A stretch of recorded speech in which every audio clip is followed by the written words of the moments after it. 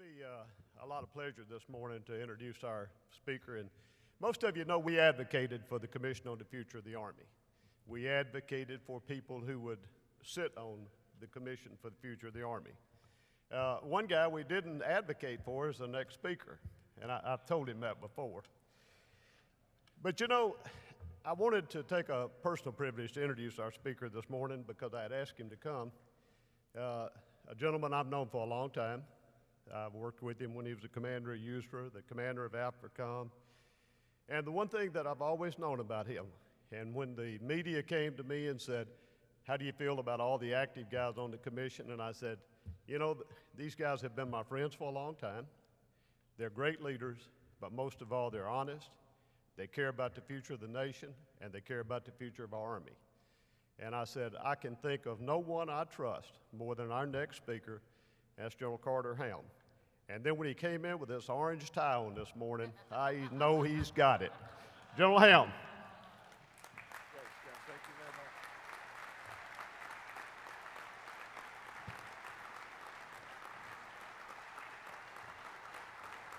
much.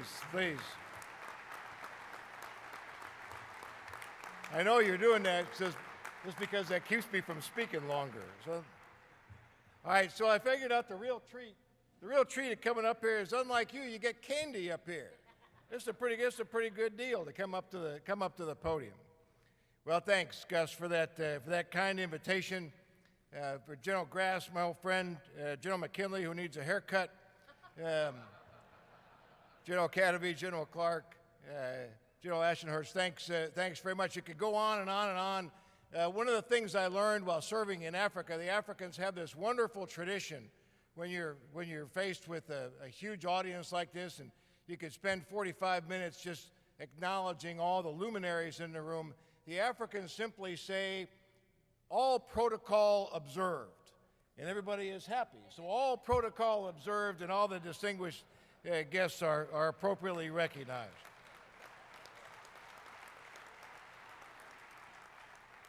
I'm gonna do something that speakers are not supposed to do. I'm gonna criticize a former speaker. You heard this morning from Lieutenant General Ben Hodges. I've known Ben Hodges since he was a marginally capable captain at Fort Benning. It's astonishing, frankly, that he's achieved the positions that he has.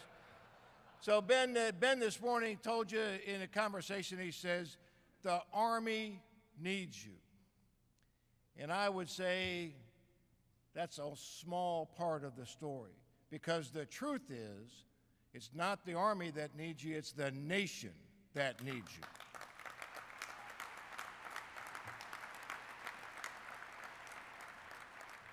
Let me talk a little bit about this National Commission on the Future of the Army. So General Hargett said he didn't advocate for me to be on the commission, and I got to tell you, I sure didn't advocate for me to be on the commission either. As you know, the commission was established by the Congress in the National Defense Authorization Act of 2015, and it gave us a number of missions to be accomplished. I think it's important to understand that a little bit. It says, and I'll quote from the law, it says, the commission shall undertake a comprehensive study of the structure of the Army and policy assumptions related to the size and force mixture of the Army in order to make an assessment of the size and force mixture of the active component of the Army and the reserve components of the Army in a manner consistent with available resources and anticipated future resources. I think that's a very clever way of saying, you guys go figure out what we haven't been able to figure out in the Congress and come back to us with some recommendations. And then, as some of you know, they gave us kind of further down in the law a specific requirement to conduct a study of a transfer of Army National Guard AH-64 Apache aircraft from the Army National Guard to the regular Army. So that's kind of the charter that we have. Our report is due back duly to the Congress and to the executive branch on the 1st of February of 2016. We've been busy at work over the past several months. The commission is organized in a way. There are 8 appointed commissioners, 4 of whom were appointed by the President, 4 by the chairs and ranking members of the Senate and House Armed Services Committees. So if you have complained about the members of the commission, go talk to your senator, as Congressman Womack indicated. We have a full-time staff, led very ably by Major General retired Ray Carpenter, well known to this audience, and many of us on the commission have had the privilege of serving along with General Carpenter, and he's proven to be an extraordinary executive director as the senior full-time member of the commission.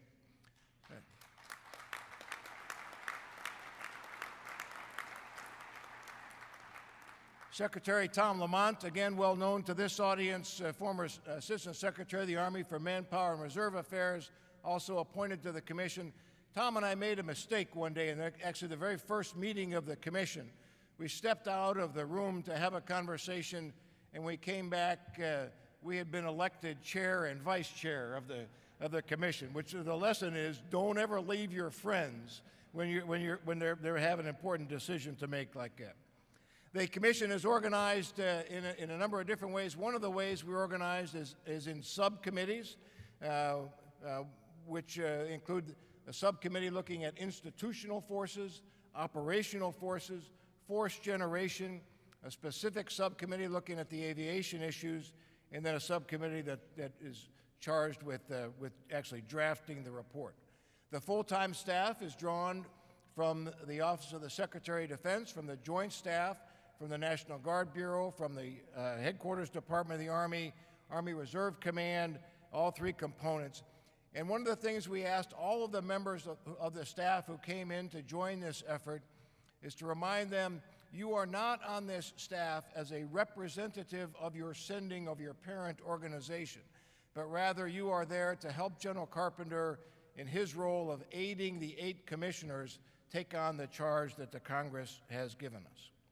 The commission is guided by a thing called the Federal Advisory Committee Act. It's a sunshine law that basically says all the things that we do, at least those that are unclassified, must be done in an open and transparent method. We have tried to be inclusive and comprehensive in our efforts. We have conducted monthly public sessions in the D.C. area where the commission staff is housed. We've conducted a number of site visits. It's great to see many of those we've had the opportunity to visit in the room today, a number of states. And as we conduct our site visits, we occasionally do public sessions open to anyone in the public who wants to present matters before the commission. And wherever we go, we try to seek input and interaction with soldiers and leaders from all 3 components of the Army. We've had interactions with governors, with adjutants general, with senior Army Reserve leaders, non-commissioned officers, soldiers, again, of all 3 components. The commission has undertaken engagement with a wide variety of subject matter experts. Certainly, Gus and the National Guard Association of the United States, among them, General Tenn and General Curtis of the Adjutant General Association, the Association of the United States Army Reserve Officer Association, think tanks, the National Guard Bureau, the Army staff, other services, allies, and importantly, representatives and leaders of the employer support, the Guard and Reserve. The commission is undertaking a significant amount of modeling of various alternatives. That's an effort to put some analytical rigor behind the recommendations that we will eventually come to. And by modeling, what do I mean by modeling? I say we'll run various scenarios and alter the force mix. How much active, how much Guard, how much Reserve, the mix of brigade combat teams by type, the deployment of aviation by component, varying deployment lengths, varying frequency of mobilization ratios, changes in force structure, all of that in an effort, again, to inform us with some analytical rigor as we undertake our mission. We are, frankly, nearing the end of our data collection period. And we'll start out to undertake the tough tasks of what does this all mean internal deliberations, eventually yielding the report, which will include some findings and recommendations. So let me talk with you a little bit about what have we learned so far. And newsflash, I'm not going to reveal what our recommendation might be with regard to Apaches. But there are some blinding flashes of the obvious, but I think worth stating to those who we hope will read the report. And I think one of the charges that we have is not only to inform and make recommendations, but to educate people about the role of the Army. The first and foremost is one that's been spoken about already this morning, and this is the mismatch between resources and the global security trends. This is a worrying trend. What we see in general is as the global demand for Army capabilities increase, budgets and force structure are being reduced. And we'll debate and address what we think the level of risk is in those proposals and where the level of risk is headed. And while we are necessarily conscious of the need for real efficiencies across our Army, one of the things, and I think one of the themes that we will emphasize, is that this notion of doing more with less is a failed concept.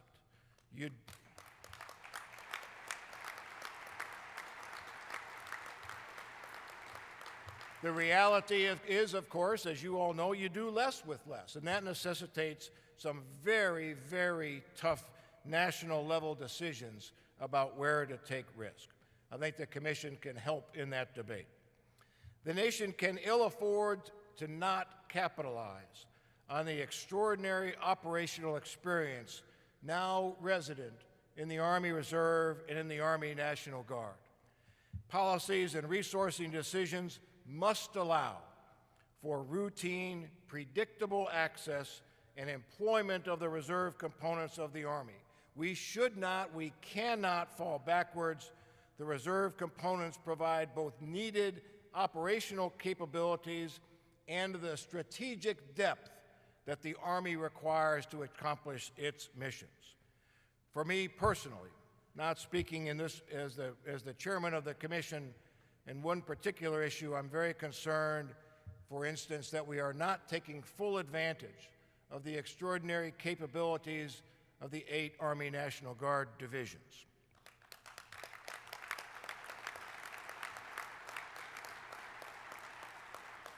The Commission will address what we seem to be finding as some duplications across the components of the Army, and in a resource-constrained environment that simply is unaffordable. As one example, it does not appear to us that the one Army school system is yet fully embraced across the breadth of the Army, leading to inefficiencies and duplications. Lastly, on Apaches, and no, we're not yet at a point to make a recommendation. But we have looked at this very hard in the Aviation Subcommittee, taking on this very significant challenge. And as one member of our commission has stated, the Army's Aviation Restructure Initiative is a well-designed, fiscally responsible plan, particularly in view of congressional budget decisions. The National Guard Bureau's alternative proposal is similarly a well-designed, thoughtful, reasonable, albeit somewhat more costly plan. What that tells me as a commissioner is that there's no evil intent on this matter. But there certainly are very, very strongly held, legitimate, yet widely differing views. This is an exceedingly complex issue, and we'll do our best to articulate why we recommend whatever it is that we conclude. We still have a great deal of hard work yet to do on this particular issue, and we recognize that whatever we recommend will result in some disappointment in some circles. The challenge for us, again, going back to our charter as a commission, is to be independent-minded, to be inclusive, to be comprehensive, and to approach this matter without any preconceived notions as we undertake this exceedingly difficult task. Lastly, let me summarize a constant theme that we have heard. The nation has one Army. It's the very best Army on the planet, and it's manned and led by an incredibly talented, dedicated, and operationally savvy cohort of women and men. That one Army has three distinct, essential, and interdependent components. The competition for resources, mostly in Washington, D.C., has resulted in some unhealthy and unwise friction amongst the components. And from a commission standpoint, this has to stop. Senior Army leaders, active National Guard and Army Reserve, as well as our congressional leaders, must lead the way in strengthening the necessary bonds that tie all soldiers, irrespective of component, together in the service of the nation. Every place we have been, whether here in the continental United States or overseas, whether we're at a reserve center, in the field, on a firing range, in an aviation maintenance facility, at the Pentagon, or at a state joint force headquarters, we meet soldiers and leaders who are wholly dedicated to their mission. They join the Army for a reason, and they want to serve, and they want to be used. They want to make a difference. Each soldier joined for his or her own reasons, and each has chosen a method of service, some full-time, some in part-time. They've chosen that for their own reasons. But in each of those soldiers beats the heart of a patriot, and we should never, ever forget that. And it is, in my opinion, the commitment to the nation that makes our Army the very best in the world. There'll be lots of debate in the coming months about the size of the Army, about pay and retirement and medical benefits, about modernization, and on and on and on. But in all of that discussion, to me, the crown jewel is the preservation of the all-volunteer force. Whatever decisions the Army or the Department of Defense or the Congress or the Commander-in-Chief make, we must continue to attract, recruit, and retain the type of soldiers and leaders we have now across our Army, active Guard and Reserve. For they and their families are the ones who bear the burdens of defense of our nation, and we owe them our very, very best. Thanks for listening to an old soldier. I'd be happy to take any questions or comments that you might have in the way that we've done this in all of our public sessions before. If it's an easy question, I'll answer it. If it's a tough one, I'll give it to Secretary Lamont. So any questions or comments, we'd be glad to hear you.